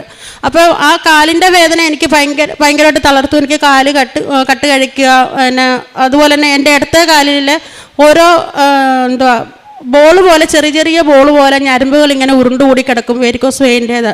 അപ്പോൾ ഡോക്ടറെ കൊണ്ട് കാണിച്ചു, ഡോക്ടർ മരുന്ന് കഴിക്കണമെന്ന് പറഞ്ഞു. ഈ ഉരുണ്ട് കിടക്കുന്ന ഞരമ്പുകൾ പൊട്ടാൻ സാധ്യതയുണ്ടെന്ന് പറഞ്ഞു. എനിക്ക് ഗുളിക തന്നു. ആ ഗുളിക അതുപോലെ തന്നെ ഞാൻ കൊണ്ട് വീട്ടിൽ വെച്ചതല്ലാതെ അതിനകത്ത് അമ്മയുടെ അനുഗ്രഹത്താൽ ഞാൻ അതിനകത്ത് ഒരു ഗുളിക പോലും എടുത്ത് കഴിച്ചിട്ടില്ല. ഞാൻ അന്ന് തുടങ്ങി എൻ്റെ തൈലം എടുത്ത് കാലയിൽ നിന്ന് നേരെ മേളിലോട്ട് കുരിശ് വരച്ച് പ്രാർത്ഥിക്കും, മസാജ് ചെയ്ത് പ്രാർത്ഥിക്കും. അമ്മ എൻ്റെ കാലിൻ്റെ വേദന കുറച്ച് തരണമേ, എനിക്ക് ഒരുപാട് കടമ്പകൾ ഇനിയും കടക്കാനുണ്ട്, എൻ്റെ തളർത്തല്ലേ എന്ന് പറഞ്ഞ് പ്രാർത്ഥിക്കും. ഒരു ദിവസം വൈകിട്ട് ഞാൻ കിടക്കുമ്പോൾ എൻ്റെ ഇടത്തുകാലിൻ്റെ വിരലിൽ എന്തോ പിടിച്ച് വലിക്കുമ്പോൾ നമുക്കൊരു ഇത് വരും, ആ ഒരു ഫീൽ എനിക്ക് അനുഭവപ്പെട്ടു. അപ്പോൾ കാലിൻ്റെ മടക്കിൻ്റെ തൊട്ട് താഴെ ഒരു ബോൾ പോലൊരു ഞരമ്പ് ചുരുണ്ടുകൂടി കിടപ്പുണ്ട്. അതിങ്ങനെ പിടിച്ച് വലിച്ച് ചുരുണ്ട് നിൽക്കുന്ന പോലെ, ഒരു നല്ല ഉറക്കത്തിലാണ് ഞാൻ, ചുരുണ്ട് നിൽക്കുന്ന പോലെ എനിക്കൊരു ഫീൽ വന്നു. അപ്പോൾ ഉറക്കത്തിൽ ചാടി എണ്ണീറ്റ് ഞാൻ ഓർത്തു എൻ്റെ കാലിൻ്റെ ഞരമ്പ് പൊട്ടാൻ പോവുക, ഡോക്ടർ ഇങ്ങനെയല്ലേ പറഞ്ഞ ഞരമ്പ് പൊട്ടാൻ പോവുക. ആ ഉറക്കത്തിൽ ചാടി എണ്ണീറ്റ് എൻ്റെ ഒരു വിരലും കൊണ്ട് പെട്ടെന്ന് ഞാൻ അതേ കുരിശ് വരച്ചു. പക്ഷെ ഞാൻ പെട്ടെന്ന് കിടന്നു, കുരിശ് വരച്ചു. അമ്മ എന്നെ പരീക്ഷിക്കരുത്, രാത്രിയാണ്, ഞാൻ താമസിക്കുന്ന ഉൾഗ്രാമമാണ്, അവിടുന്ന് ഹോസ്പിറ്റലിൽ പോകണമെങ്കിൽ 1 മണിക്കൂർ ദൂരമാണ്. പ്രാർത്ഥിച്ചിട്ട് ഞാൻ പറഞ്ഞു, അമ്മ എന്നെ പരീക്ഷിക്കരുത്. അത്ര മാത്രം പറഞ്ഞാൽ എനിക്ക് ഓർമ്മയുണ്ട്. പക്ഷെ രാവിലെ എണ്ണീറ്റാണ് ഞാൻ ഓർക്കുന്നത്, എനിക്ക് ഇന്നലെ രാത്രിയിൽ എന്താണ് സംഭവിച്ചത്, എൻ്റെ കാലിൽ എന്നാ പറ്റിയത്. അപ്പോൾ ഞാൻ ഭർത്താവിനെ, എൻ്റെ മകനെ എൻ്റെ കാല് കാണിച്ചു. ഇന്നലെ രാത്രിയിൽ എനിക്കുണ്ടായ സംഭവത്തിൽ എൻ്റെ കാല് ശരിക്കും നല്ല കറുത്ത പച്ച ഞരമ്പായിരുന്നു. പക്ഷെ ഇപ്പോൾ എനിക്കതിൽ ഒത്തിരി മാറ്റമുണ്ട്. ആ ബോൾ പോലെ കിടന്നതെല്ലാം നിരപ്പായി. പിന്നെ ചെറിയൊരു പുകച്ചിൽ മാത്രമല്ല, ആ കട്ടുകഴുപ്പ്, വേദന, അതെല്ലാം മാറിക്കിട്ടി. അങ്ങനെ ഓരോന്നിലും അഖണ്ഡ ജപമാലയുടെ കാര്യം പറഞ്ഞത്, അഖണ്ഡ ജപമാല ഇങ്ങനെ ഒരാഴ്ച കൊണ്ട് തയ്യാറായി. തലേദിവസം രാത്രിയിൽ ഞാൻ സായന പ്രാർത്ഥന ചൊല്ലുന്ന സമയത്ത് എൻ്റെ പ്രാർത്ഥനകൾ ചൊല്ലുന്ന എല്ലാം തെറ്റി പോവുക, ശ്രദ്ധ വരുന്നില്ല എനിക്ക്. അപ്പോൾ വീണ്ടും ഞാൻ നിർത്തും, വീണ്ടും തുടങ്ങും. അപ്പോൾ ഞാൻ പറഞ്ഞു, എനിക്ക് പ്രാർത്ഥിക്കാൻ പറ്റുന്നില്ല അമ്മേ, എന്താണ് എനിക്കറിയത്തില്ല എന്ന് പറഞ്ഞു. ഞാൻ പോയി ഒരു ശകലം ഉപ്പെടുത്ത് നാക്കെ വെച്ച് പോയി റൂമിൽ പോയി കിടന്നു. പ്രാർത്ഥിച്ചില്ല, നിർത്തി, പോയി കിടന്നു ചെറുതായിട്ട് ക്ഷീണം, ഞാൻ നല്ല കഷ്ടപ്പാടുള്ള ജോലിയാണ് ചെയ്യുന്നത്. ക്ഷീണം കൊണ്ട് ഞാൻ എൻ്റെ കണ്ണിലോട്ട് ഉറക്കം കയറി, പെട്ടെന്ന് ചാടി എണീക്കുകയാണ്. എൻ്റെ ഭർത്താവിന് ആക്സിഡൻ്റ് ആകുന്നു. എനിക്ക് ജപമാലയ്ക്ക് പോകാൻ പറ്റുന്നില്ലാത്ത രീതിയിൽ ഞാൻ സ്വപ്നം കാണുകയാണ്. ഞാൻ 9 മണിക്ക് എനിക്കിങ്ങനെ എൻ്റെ കണ്ണിൽ കാണുന്നു. 9:55 ആയപ്പം എൻ്റെ ഭർത്താവ്, ഒരു വഴിയെ പോയ ആൾ ബൈക്ക് ആക്സിഡൻ്റ് ആയിട്ട് എൻ്റെ ഭർത്താവിനെ വീടിൻ്റെ മുറ്റത്ത് കൊണ്ടുവരുന്നു. അപ്പോൾ ഇതിനു മുന്നേ ഞാൻ വീട്ടിൽ മകനോട് പറഞ്ഞു, ഇതുപോലെ അപ്പാടെ വണ്ടി അപ്പായ്ക്ക് എന്തോ ആക്സിഡൻ്റ് ആകുന്ന എനിക്ക് തോന്നി, എന്നാന്ന് അറിയത്തില്ല എന്ന് പറഞ്ഞു. വന്ന് വിളിച്ചു. ഞാൻ ഹസ്ബൻഡ് വന്ന് വാതിൽ നിൽക്കുമ്പോൾ ഞാൻ ചാടി എണ്ണീറ്റ് വരുമ്പോൾ പറയുന്നു, വണ്ടി ആക്സിഡൻ്റായി. അപ്പോൾ വണ്ടി എന്ത് ചെയ്യുക, വേറൊരാളുടെ വണ്ടിയിലാണ് കൊണ്ടുവന്നത്. വണ്ടി എന്തെന്ന് ചോദിച്ചപ്പോൾ വണ്ടി ആക്സിഡൻ്റ് ആയെടുത്ത് മാറ്റി വെച്ചിട്ടുണ്ട് എന്ന് പറഞ്ഞു. പക്ഷേ വീണു, കൈ ഒക്കെ ഉരഞ്ഞെങ്കിലും ഞാൻ അപ്പം തന്നെ ഉപ്പ് തൈലമൊക്കെ തൂത്തു, കയ്യിലെല്ലാം തൂത്തു. രാത്രി മൊത്തം പ്രാർത്ഥിച്ചു. ഭർത്താവിൻ്റെ കൈയും കാലും എണ്ണയൊക്കെ ഉപയോഗിച്ച് ഭർത്താവിൻ്റെ വായിൽ ഉപ്പൊക്കെ വെച്ച് കൊടുത്തു. അമ്മ എന്നെ നാളെ രാവിലെ അഖണ്ഡ ജപമാലയിൽ എന്നെ ഉൾപ്പെടുത്തണേ, എന്നെ പരീക്ഷിക്കല്ലേ, എൻ്റെ ആഗ്രഹമാണ്. എൻ്റെ അമ്മമാതാവ് എൻ്റെ കൂടെ ഉണ്ടെങ്കിൽ എന്നെ അഖണ്ഡ ജപമാലയിൽ പങ്കെടുപ്പിക്കണം. ഞാൻ വന്നു. പിറ്റേ ദിവസം എന്നോട് രാത്രി ഒരു 2:30-3 മണിയായപ്പം ബാത്റൂമിൽ പോയിട്ടിപ്പം പറഞ്ഞു, എനിക്ക് കുഴപ്പമില്ല, നീ രാവിലെ പൊക്കോ. ഞാൻ അങ്ങനെ അഖണ്ഡ ജപമാലയിൽ പങ്കെടുത്തു. എൻ്റെ ഈ കാലുവേദന വെച്ച് ഞാൻ അത്രയും ദൂരം നടന്നു. എനിക്കൊരു കുഴപ്പമോ ഒരു ക്ഷീണമോ എനിക്കുണ്ടായില്ല. അങ്ങനെ എനിക്ക് അങ്ങനെ ഒരു അനുഗ്രഹം കിട്ടി. പിന്നെ ഞാൻ എപ്പോഴും 3 മണിക്ക് അലാറം വയ്ക്കും, പ്രത്യക്ഷ പ്രാർത്ഥന ചൊല്ലും. അപ്പം തന്നെ 2-3 സാക്ഷ്യങ്ങൾ കേൾക്കും. സാക്ഷ്യങ്ങൾ കേട്ട് എല്ലാവർക്കും ഷെയർ ചെയ്യും. ആ സമയത്ത് തന്നെ എല്ലാവരും ചോദിക്കും, എന്നാ സരിതയ്ക്ക് സാക്ഷ്യങ്ങൾ ലഹരിയായോ, ഇതിന് അഡിക്റ്റായിപ്പോയി. ഞാൻ സീരിയലിന് അഡിക്റ്റായിരുന്നു. പക്ഷേങ്കിൽ അമ്മമാതാവിനെ എന്ന് ഞാൻ കൂട്ടുപിടിച്ചോ അതിൽ നിന്നെല്ലാം ഞാൻ പിന്മാറി നല്ല രീതിയിൽ കുറഞ്ഞൊരു 10-15 സാക്ഷ്യങ്ങളും കേൾക്കും ഞാൻ. എൻ്റെ ഭർത്താവാണല്ലോ എന്നോട് ചോദിക്കും, ഞങ്ങൾ രണ്ടും ഒരു കടയിലാണ് ജോലി ചെയ്യുന്നത്. എപ്പോഴും എൻ്റെ കടയ്ക്കുള്ളിൽ സാക്ഷ്യങ്ങളും ജോസഫച്ചൻ്റെ ടോക്കുകളും ഉപവാസ പ്രാർത്ഥനയും മാത്രമേ ഉണ്ടാവുകയുള്ളൂ. അപ്പോൾ അവർ സംസാരിക്കുമ്പോഴാണേലും പറയും, ഒരു 2-3 മിനിറ്റ് മിണ്ടായിരിക്കും, എനിക്ക് പ്രാർത്ഥന കേൾക്കണം, പ്രാർത്ഥന കൂടണം. എപ്പോഴും എൻ്റെ കടയ്ക്കകത്ത് സാക്ഷ്യങ്ങളുടെ സൗണ്ട് മാത്രമേ ഉള്ളൂ. എപ്പോഴും പാട്ട് വെച്ചുകൊണ്ടേയിരിക്കും. ഞാൻ സാക്ഷ്യങ്ങൾ വെക്കാൻ ആരംഭിക്കുമ്പം കടയിൽ ഫോണ് ഓഫാക്കും. എൻ്റെ സാക്ഷ്യങ്ങളാണ് ആ കടയ്ക്കകത്ത് കേൾക്കുന്നത്. ഒരു 10-15 സാക്ഷിയിൽ ഞാൻ കേൾക്കും. എൻ്റെ യൂട്യൂബ് എടുത്ത് നോക്കിയാൽ അറിയാം, ഞാൻ എന്നും കുറഞ്ഞൊരു 4 തവണ 5 തവണയിലും അമ്മേ എന്നെ പ്രത്യക്ഷണത്തിൻ്റെ സാക്ഷിയാക്കി ഉയർത്തണമേ, എൻ്റെ എല്ലാം അറിഞ്ഞ അമ്മ എനിക്ക് കൂട്ടായിരിക്കണമേ, ഇതേ ഞാൻ പറയാറുള്ളൂ. എല്ലാ കാര്യങ്ങളും ഞാൻ അമ്മയോട് സംസാരിക്കും. 1 മണിക്കൂർ 1.25 മണിക്കൂർ ദൂരമുണ്ട് ഞാൻ ജോലി ചെയ്യുന്ന കടയിൽ. അവിടം തൊട്ട് എൻ്റെ കൊന്ത എൻ്റെ കയ്യിൽ കാണും. ഞാനത് ചൊല്ലിക്കൊണ്ടേ വരും. അപ്പം ഞാൻ ആ കൊന്ത ചൊല്ലിക്കൊണ്ടേ വരും. ഒരു ദിവസം എങ്ങനെയായാലും ഒരു 5 വിശ്വാസ പ്രമാണവും 5 സ്വർഗസ്ഥനായ ഞങ്ങളുടെ പിതാവേയും ഒരു 150 നന്മ നിറഞ്ഞ മറിയമേ ഞാൻ ചൊല്ലും കടയിൽ നിന്ന് ജോലി കഴിഞ്ഞ് ഇറങ്ങുന്നതിന് മുന്നേ. ഇതിൻ്റെ കൂട്ടത്തിൽ ഈ സാക്ഷ്യങ്ങളെല്ലാം കേട്ട് എല്ലാവർക്കും ഷെയർ ചെയ്യും. സമയം നോക്കാറില്ല. എപ്പോഴും ഞാൻ എപ്പോൾ 2 മണിക്കാണോ 3 മണിക്കാണോ 4 മണിക്കാണോ എപ്പോഴും ഞാൻ ഈ സാക്ഷ്യങ്ങൾ കേട്ട് ഷെയർ ചെയ്യും. പിന്നെ പ്രേക്ഷിത പ്രവർത്തനമായിട്ട് ഞാൻ എല്ലാ മാസം വന്ന് ഇവിടുന്ന് പത്രം വാങ്ങിക്കും. എനിക്കൊരു മടിയില്ല കൊടുക്കാൻ. ആദ്യമൊക്കെ ഒരു 2 ദിവസം 3 ദിവസം കൊണ്ട് കൊടുത്തു തീർക്കും. പക്ഷേ ഇപ്പോൾ കൊണ്ടുപോകുന്ന പത്രങ്ങൾ അപ്പം തന്നെ ഞാൻ കൊടുത്തു തീർക്കും. ഭയങ്കര സന്തോഷമാണ്. ഇപ്പോൾ ഈ ലാസ്റ്റ് കൊണ്ടുപോയി ഞാൻ മനസ്സ് നല്ല സന്തോഷത്തോടെയും തൃപ്തിയോടെയും കൊടുത്തൊരു പത്രം കൊടുത്ത് എനിക്ക് സന്തോഷമായത് ഈ ലാസ്റ്റ് കൊണ്ട് ഡിസംബർ 17 വന്ന് കൊണ്ടുപോയത്. കാരണം എൻ്റെ കയ്യിൽ നിന്ന് കുട്ടികൾ എന്താ ഫുഡുകൾ തട്ടിപ്പറിക്കുന്ന പോലെ ഇടിച്ചു പറിക്കുക പത്രം. ഞാൻ നീട്ടുന്ന കൃപാസനത്തിലെ പത്രമാണോ എന്നും പറഞ്ഞ് കയ്യിൽ നിന്ന് തട്ടിപ്പറിക്കുക ചെയ്തത്. പിന്നെ എല്ലാവർക്കും ഞാൻ സാക്ഷ്യങ്ങൾ ഷെയർ ചെയ്യാറുണ്ട് പ്രേക്ഷിത പ്രവർത്തനമായിട്ട്. പിന്നെ കാരുണ്യപ്രവൃത്തി എന്ന് പറയാൻ ഞാൻ ക്യാൻസർ രോഗികൾക്ക് ഓൺലൈനിൽ എനിക്ക് പോയി കാണാനൊന്നും പറ്റിയില്ലെങ്കിലും എൻ്റെ പ്രാർത്ഥനയിൽ എല്ലാവർക്കും വീടില്ലാത്തവർക്ക് വീടുണ്ടാകണമേ, കുഞ്ഞുങ്ങളില്ലാത്തവർക്ക് കുഞ്ഞുങ്ങളുണ്ടാകണമേ, ക്യാൻസർ രോഗികൾ എല്ലാവരെയും സുഖപ്പെടുത്തണം. ഒരു അസുഖവും ഉണ്ടായി ആരും വലയരുത്. അങ്ങനെ എന്നെ കഴിയുന്ന എനിക്ക് എൻ്റെ ഉള്ളത് രീതിയിൽ ഞാൻ പൈസ ആയിട്ട് സഹായം ചെയ്യാറുണ്ട്.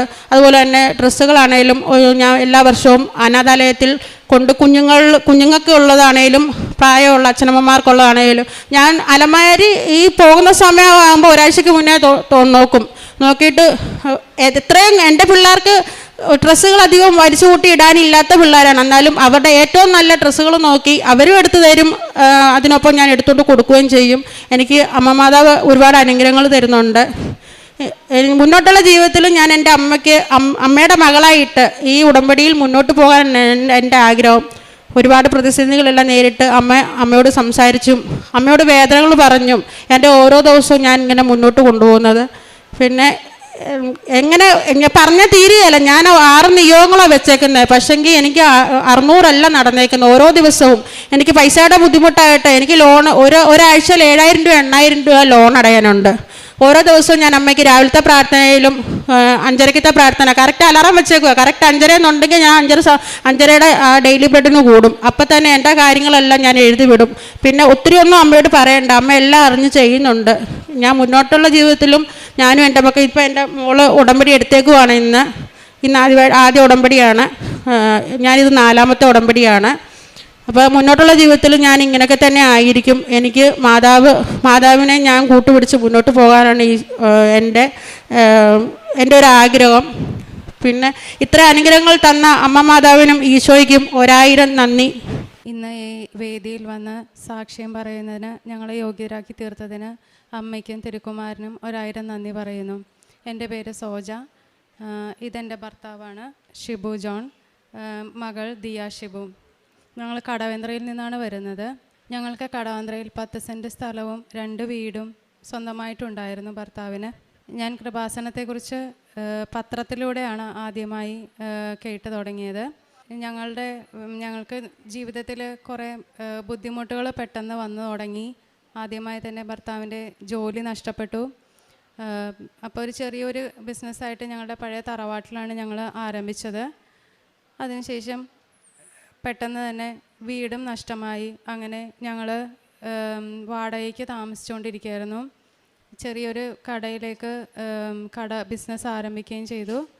എന്നാലും ബുദ്ധിമുട്ടുകൾ ഇങ്ങനെ വന്നുകൊണ്ടിരിക്കുകയായിരുന്നു. അപ്പോൾ ആ സമയത്താണ് എൻ്റെ മകന് ശാരീരികമായി പല ബുദ്ധിമുട്ടുകൾ വന്നു. അങ്ങനെ ഞാൻ ആകെ വിഷമിച്ചിരിക്കുമ്പോഴാണ് ഭർത്താവ് കടയിൽ നിന്ന് വരുമ്പോൾ കൃപാസനം പത്രം കൊണ്ടുവന്ന് എൻ്റെ മുന്നിൽ വെച്ചു. അപ്പോൾ ഞാൻ ആദ്യമൊക്കെ പത്രം കാണും, വായിക്കും, എടുത്ത് വയ്ക്കുമായിരുന്നെങ്കിലും ഉടമ്പടിയെക്കുറിച്ച് അധികമൊന്നും ചിന്തിച്ചിരുന്നില്ല അല്ലെങ്കിൽ ശ്രദ്ധിച്ചിരുന്നില്ല.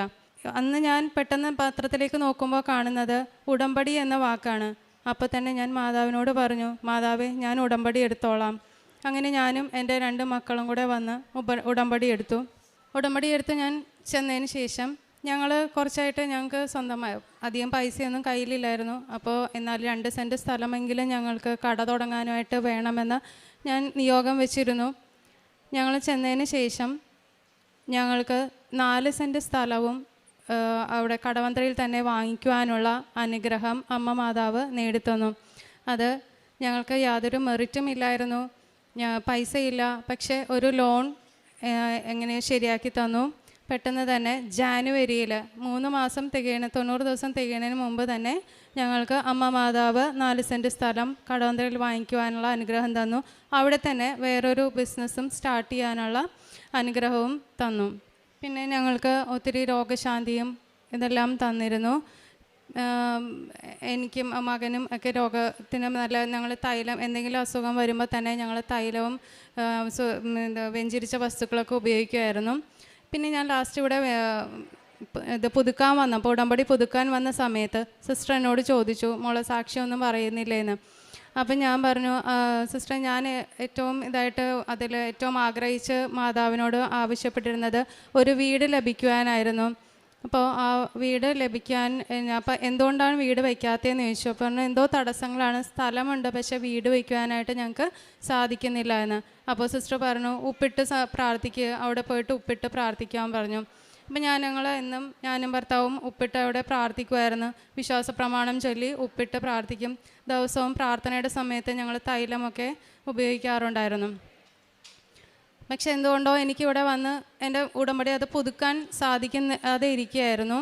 ആ സമയത്താണ് ഒക്ടോബർ 25-ാം തീയതി ഇവിടെ ജപമാല റാലി നടക്കുന്നത്.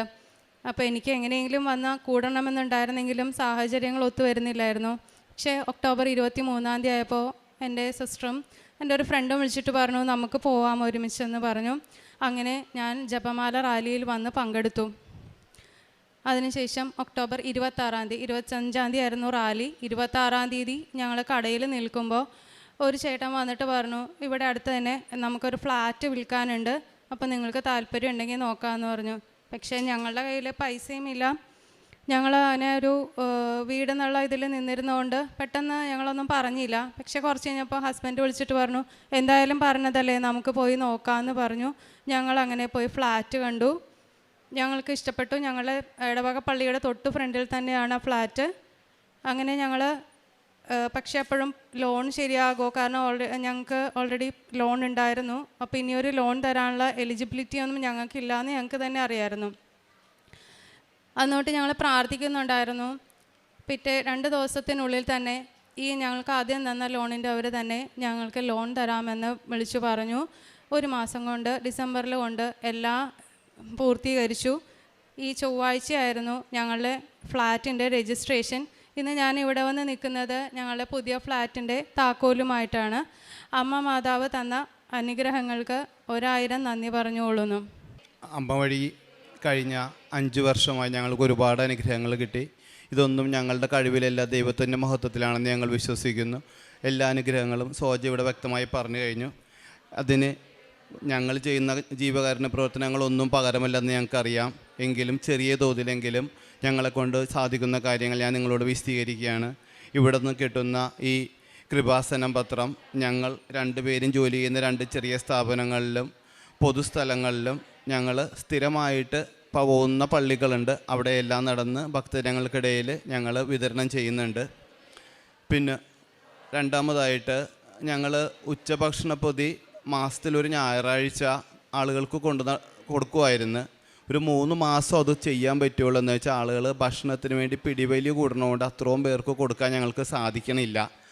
അത് ഉണ്ട്. ഞങ്ങൾ വേറൊരു തീരുമാനം എടുത്ത് എറണാകുളത്ത് തന്നെ, സ്ഥലം പറയണില്ല, വൈകല്യമുള്ള ഒരു 22 പെൺകുട്ടികളെ നോക്കി നടത്തുന്ന ST കോൺവെൻറ്റ് സിസ്റ്റേഴ്സ് നടത്തുന്ന ഒരു സ്ഥാപനമുണ്ട്. മാസത്തിൽ ഒരിക്കൽ അവിടെ പോയി ആവുന്നത് ലാസ്റ്റ് ഞായറാഴ്ച ചെന്ന് അവർക്ക് ചെറിയൊരു സാമ്പത്തിക സഹായം കൊടുത്തും അവരോട് സംസാരിച്ച് അവർക്കൊരു പ്രചോദനമൊക്കെ കൊടുത്ത് അവിടെ താമസിക്കുന്ന അന്തേവാസികൾക്കും അവരെ നോക്കുന്ന സിസ്റ്റേഴ്സിനും ഞങ്ങളെക്കൊണ്ട് സാധിക്കുന്ന ഒരു പോസിറ്റീവ് എനർജി പകർന്നു കൊടുക്കാൻ ഞങ്ങളെക്കൊണ്ട് സാധിക്കുന്നുണ്ട്.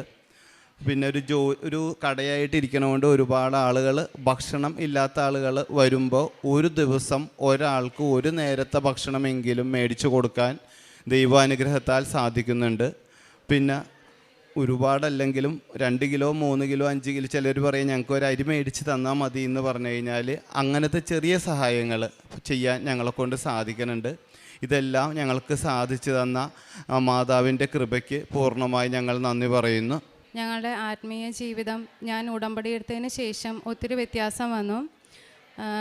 ഞാൻ ധ്യാനം കൂടാൻ തുടങ്ങിയപ്പോഴാണ്. ആദ്യമൊക്കെ നമ്മൾ പ്രാർത്ഥിക്കുമെങ്കിലും നമുക്ക് വേണ്ടി മാത്രമാണ് പ്രാർത്ഥിച്ചുകൊണ്ടിരുന്നത്. നമുക്ക് കിട്ടാനുള്ള അനുഗ്രഹങ്ങളെക്കുറിച്ച് മാത്രം, യേശുവിൻ്റെ കുറിച്ച് നമ്മൾ ചിന്തിക്കാറില്ലായിരുന്നു. അപ്പോൾ ധ്യാനത്തിലൂടെയാണ് എനിക്കത് മനസ്സിലായത്. ഈ ഭൗതിക ആവശ്യങ്ങളെല്ലാം നമ്മുടെ അനുഗ്രഹങ്ങളാണ്, നമുക്ക് വേണ്ടത് ദൈവകൃപയാണ് എന്ന്. അപ്പോൾ ഇനിയും തുടർന്നുള്ള ജീവിതം ദൈവകൃപയ്ക്ക് വേണ്ടി യാചിച്ചുകൊണ്ടായിരിക്കും ഞങ്ങൾ ജീവിക്കുന്നത്. ഞാനൊരു അനുഗ്രഹം പറയാൻ വിട്ടുപോയിരുന്നു. എൻ്റെ മോള് 10th നല്ലൊരു മാർക്കോടുകൂടി ജയിക്കുവാനായിട്ട് ഞാൻ നിയോഗം വെച്ചിരുന്നു. അതിൽ മോൾക്ക് CBSEക്ക് 90% മാർക്കോടുകൂടി പാസ്സാകുവാൻ സാധിച്ചു. അതോടൊപ്പം തന്നെ എൻ്റെ മോനിന്നിവിടെ വരാൻ സാധിച്ചിട്ടില്ല. അവന് കോഴ്സ് കഴിഞ്ഞ ഉടനെ തന്നെ നല്ലൊരു ജോലിയും ലഭിച്ചു. എയർപോർട്ടിലാണ് അവൻ വർക്ക് ചെയ്യുന്നത്. അമ്മയ്ക്കും തിരുകുമാരൻ ഞങ്ങളെ അനുഗ്രഹിച്ചതിനെ ഓർത്ത്. എൻ്റെ പേര് ആശ ജോസഫ്. ഞാൻ Thodupuzha Alakode saint Thomas More church പള്ളിയിൽ നിന്ന് വരുന്നു. ഞാൻ ആദ്യമായിട്ട് ഇവിടെ വന്നത് 2019 മാർച്ച് മാസത്തിലെ ആദ്യത്തെ വീക്കിലായിരുന്നു. അന്ന് എൻ്റെ ഈ മോന് 4 മാസമേ ഉണ്ടായിരുന്നുള്ളൂ. എൻ്റെ ഒരു ഫ്രണ്ട് വഴിയാണ് ഞാനിവിടെ വന്നത്. ഇവിടെ വന്നിട്ട് എനിക്ക് പ്രത്യേകിച്ചൊന്നും തോന്നിയില്ല, ഞാൻ പോയി. പക്ഷേ ഒരാഴ്ച കഴിഞ്ഞപ്പോൾ എനിക്കെന്തോ പിന്നെയും വന്നെന്ന് തോന്നി. ഞാൻ ഹസ്ബൻഡിനോട് പറഞ്ഞു, ഇവിടെ വന്നു. അങ്ങനെ 2019 മാർച്ച് 19 അന്ന് എൻ്റെ ജന്മദിനമായിരുന്നു. അപ്പോൾ അന്ന് ഞാനിവിടെ വന്ന് ഉടമ്പടി എടുത്തു. ഉടമ്പടി എടുത്തപ്പം ഞാൻ വെക്കാത്തൊരു നിയോഗമാണ് എനിക്ക് ഈ നിൽക്കുന്ന മോൻ. കാരണം എൻ്റെ മോളുണ്ടായി 11 വർഷം കഴിഞ്ഞിട്ടാണ് ഈ മോനുണ്ടായത്, ഈ ഒരു മോൻ. അത് കഴിഞ്ഞപ്പോൾ ഡോക്ടർ എന്നോട് പറഞ്ഞു ഒത്തിരി കോംപ്ലിക്കേഷൻസ് ആയിരുന്നു, ഏജ് ഓവർ ഉണ്ട് എനിക്ക്, അപ്പം ഇനി കുട്ടികളുണ്ടാവില്ല, ഓൾറെഡി യൂട്രസൊക്കെ ഒട്ടിപ്പോയി. അപ്പോൾ ഞാൻ പറഞ്ഞാൽ നമുക്ക് നിർത്താം. അപ്പോൾ ഡോക്ടർ പറഞ്ഞു നിർത്തിൻ്റെ ആവശ്യമൊന്നുമില്ല, കാരണം അത് ഓൾറെഡി ഒട്ടിപ്പോയതാണ്, ഇനി എന്തായാലും നിങ്ങൾക്ക് ഉണ്ടാവില്ല, അപ്പോൾ അതോടത്ത് പേടിക്കണ്ടെന്ന് പറഞ്ഞു. അപ്പം ഞാൻ ഉടമ്പടി എടുത്തിട്ട് അങ്ങ് നീങ്ങിപ്പോയിട്ട് റിട്ടേൺ വന്നിട്ട് അന്ന് നമുക്ക് ഈ അൾത്താരയിലൊക്കെ കയറാം, ഇതേപോലെ ഒന്നും അല്ലായിരുന്നു. അപ്പം ഞാൻ അവിടെ നിന്ന് പ്രാർത്ഥിച്ചിട്ട് പറഞ്ഞു, മാതാവേ, ഞാൻ ഉടമ്പടിയിൽ വെച്ചിട്ടില്ല, പക്ഷേ എൻ്റെ മനസ്സിൻ്റെ ഒരു ആഗ്രഹം പറയുക, എനിക്ക് മൂത്തത് മോളാണ്, അവൾക്ക് ഇത്ര വയസ്സുണ്ട്, പക്ഷേ എൻ്റെ ഈ കുഞ്ഞു മോനൊരു കൂട്ടായിട്ട് ഒരാളെയും കൂടെ നിനക്ക് തരാൻ പറ്റുമെങ്കിൽ തന്നെ എന്ന് പറഞ്ഞ് ഞാൻ പോയി. പക്ഷെ ഞാനത് മനസ്സിലൊന്നും ഇട്ട് നടന്നില്ല. എന്തായാലും 2020 ഞാൻ ക്യാരിങ് ആയി. പക്ഷേ പെട്ടെന്നായതുകൊണ്ട് എനിക്ക് ഇവനെ ഉൾക്കൊള്ളാൻ പറ്റിയില്ല പ്രഗ്നൻസിയിൽ. ഞാൻ ഹസ്ബൻഡിനോട് പറഞ്ഞു നമുക്കിത് വേണ്ട, കാരണം മറ്റേ ആൾക്ക് 1 വയസ്സായിട്ടുള്ളൂ, അവന് ഫീഡിങ് ചെയ്യാനൊന്നും എനിക്കിതായാലും, അതിൻ്റെ ഇടയ്ക്ക് ഷുഗർ, തൈറോയിഡ്, അങ്ങനെ ഒത്തിരി കോംപ്ലിക്കേഷൻസ് ഉണ്ടായിരുന്നു. ഇപ്പോൾ ഹസ്ബൻഡ് എന്നോട് പറഞ്ഞു നിനക്ക് എങ്ങനെ ഇത് പറയാൻ തോന്നി, അങ്ങനെയൊന്നും ചിന്തിക്കല്ലേ എന്ന് പറഞ്ഞു. എനിക്ക് ഈ കുഞ്ഞു ഉള്ളിലുണ്ടായിട്ട് പക്ഷെ ഞാൻ ആ ഉടമ്പടിയിൽ വെച്ചിട്ടില്ല, അതിനെക്കുറിച്ച് ഞാൻ ചിന്തിക്കുന്നുമില്ല. 2-ാം മാസത്തിൽ എനിക്ക് ബ്ലീഡിങ് ഉണ്ടായി. അപ്പം ഡോക്ടർ ചെന്നിട്ട് പറഞ്ഞു പ്രഗ്നൻസി ഉണ്ട്, പക്ഷെ ബേബീനെ കാണുന്നില്ല. അത് കഴിഞ്ഞ് എൻ്റെ മോളെ ഒത്തിരി സന്തോഷിച്ചായിരുന്നു ഈ കുട്ടി. പക്ഷെ അവൾ എന്നോട് പറഞ്ഞു മമ്മി എന്തെങ്കിലും ഇങ്ങനെ മനസ്സിൽ വിചാരിച്ച് എന്തെങ്കിലും പറഞ്ഞിട്ടോ അങ്ങനെയൊക്കെ ഉണ്ട്. അപ്പോൾ ഞാൻ ഓർത്തു ഉടമ്പടിയിലൊന്നും ഞാൻ വെച്ചിട്ടില്ല, പിന്നെ ഞാൻ ഓർത്തു ദൈവമേ, ഞാനിങ്ങനെ പറഞ്ഞായിരുന്നല്ലോ മാതാവിനോട്, എനിക്ക് ഒരാളെയും കൂടെ തന്നെ എൻ്റെ ഈ കുഞ്ഞിന് കൂട്ടായിട്ട്.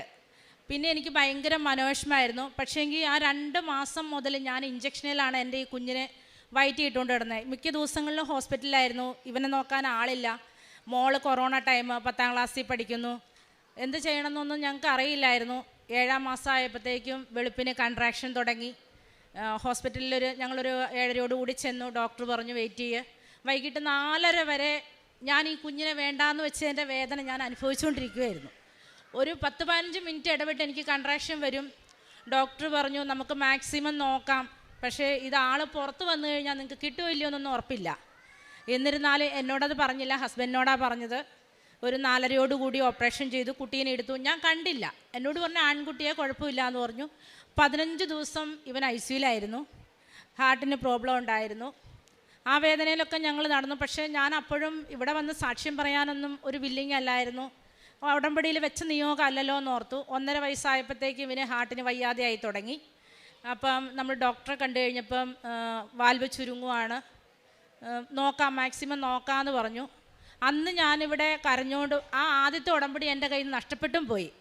പിന്നെ അന്ന് വന്ന് പോയിട്ട് പിന്നെ ഞാൻ ഉടമ്പടിനെ കുറിച്ച് ചിന്തിച്ചിട്ടില്ല. അതൊരു നമ്മൾ എന്താ പറയുക, കണ്ടൊരു ആഗ്രഹം സാധിക്കണം എന്നുള്ള രീതിക്ക് വന്ന് പോയ പോലെ ആയിപ്പോയി.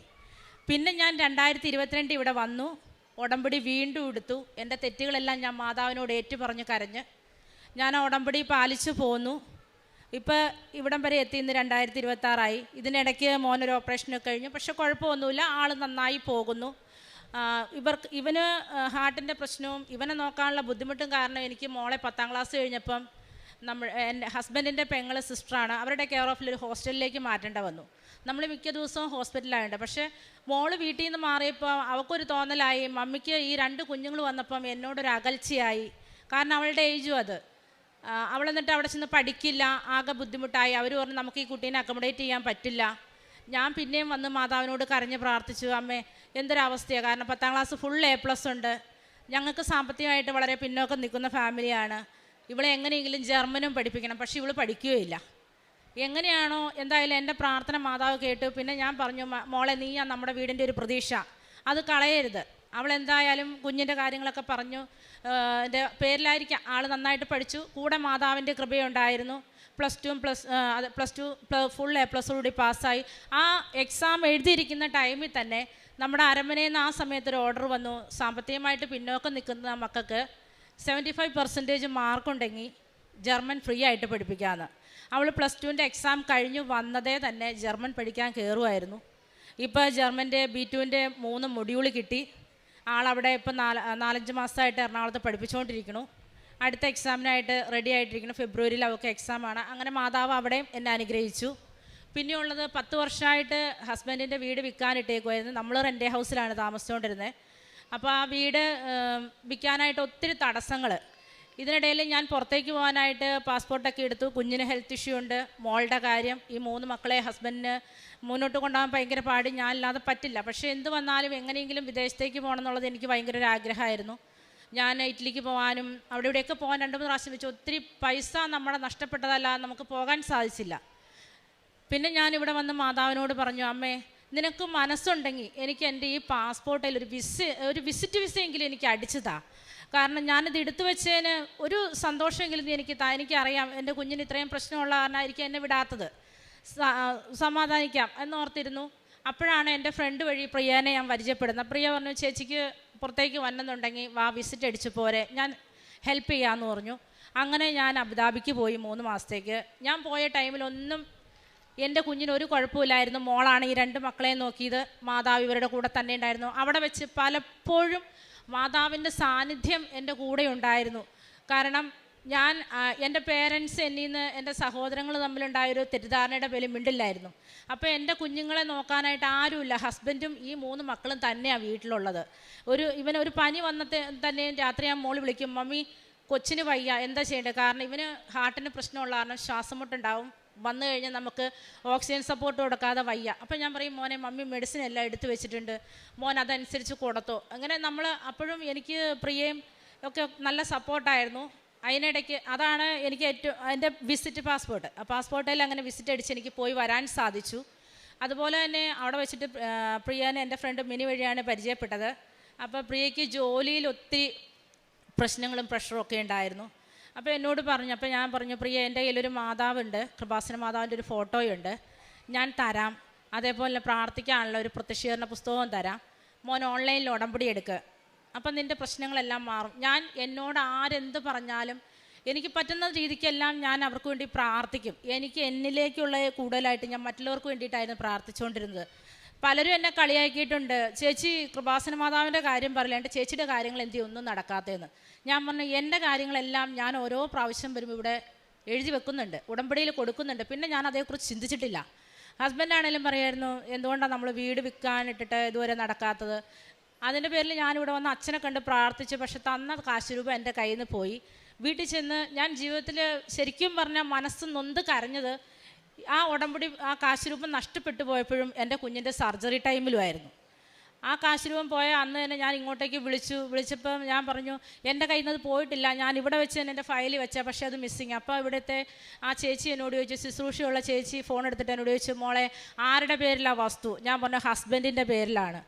അപ്പം മോളെടുത്ത എങ്ങനെയാണ് ശരിയായത്? അത് ഹസ്ബൻഡ് തന്നെ ആ ഉടമ്പടി എടുക്കണ്ടായിരുന്നോ? അപ്പോൾ ഞാൻ ചേട്ടനോട് പറഞ്ഞു, ഇവിടെ നമ്മുടെ അച്ഛനാണേലും ക്ലാസ്സിൻ്റെ ഇടയ്ക്ക് പറയുന്നുണ്ട്, ചില ഭർത്താക്കന്മാർ ഭാര്യമാരെ നിർത്തിക്കൊണ്ട് കാര്യം നേടാൻ നോക്കുന്നു എന്ന്. അത് ഒരു കാരണത്തിൽ നമ്മുടെ രാജ്യത്തിലും അങ്ങനെ തന്നെയായിരുന്നു. പക്ഷേങ്കിൽ എൻ്റെ ഹസ്ബൻഡിനോട് ഞാൻ പറഞ്ഞു, പപ്പ നിങ്ങൾ തന്നെ എടുക്കുക, അതിന് തീരുമാനം ഉണ്ടാവുമെന്ന് പറഞ്ഞു. ഹസ്ബൻഡ് വന്ന് പിറ്റേന്ന് തന്നെ ഞങ്ങൾ വന്ന് ചേട്ടൻ വന്ന് ഉടമ്പടി എടുത്തു. കറക്റ്റ് 3 മാസം കഴിഞ്ഞപ്പോൾ, അതായത് ഞാൻ ആ വിസിറ്റിൽ ഇവിടുന്ന് പോകുമ്പോൾ ഞാൻ മാതാവിനോട് കരഞ്ഞുകൊണ്ട് ഞാൻ പറഞ്ഞത്, എൻ്റെ 3 മക്കളെ ഞാൻ ഏൽപ്പിച്ചിട്ടാണ് പോകുന്നത്, എനിക്ക് ആരുമില്ല സഹായിക്കാൻ, നീ മാത്രമേ ഉള്ളൂ. കാരണം പെറ്റമ്മ മറന്നാലും ഞാൻ നിന്നെ മറക്കില്ല എന്ന് തമ്പുരാൻ പറഞ്ഞത് എൻ്റെ ഉള്ളിൽ എപ്പോഴും ഉണ്ട്. അതുകൊണ്ട് ഞാൻ പറഞ്ഞു, അമ്മയെ ഞാൻ നിന്നെ ഏൽപ്പിച്ചിട്ടാണ് പോണേ, ഒന്നെങ്കിൽ ഞങ്ങളുടെ വസ്തു വിറ്റ് ഞങ്ങൾക്കൊരു ഭവനം വാങ്ങാനുള്ള സാമ്പത്തികമാക്കി തന്നെ, അല്ലെങ്കിൽ എനിക്കൊരു സ്ഥിരമായിട്ടുള്ള ജോലി തന്നെ. പക്ഷേ ഞാൻ ചെന്ന് ഏപ്രിലിൽ ചെന്നു. ജൂൺ 12-ാം തീയതി ആയപ്പോൾ 11-ാം തീയതി എന്നോട് ഹസ്ബൻഡ് വിളിച്ചിട്ട് പറഞ്ഞു, എടി വസ്തു കച്ചവടമായി, നാളെ ടോക്കൺ എടുക്കുകയാണ്. കാരണം ഞങ്ങൾക്ക് ആ വസ്തുവിന് മെയിൻ റോഡാണ്, 1.25-1.5 ആര് വന്നാലും അതേ പറയുള്ളൂ, മുസ്ലിംസിൻ്റെ ഏരിയ ആണ്.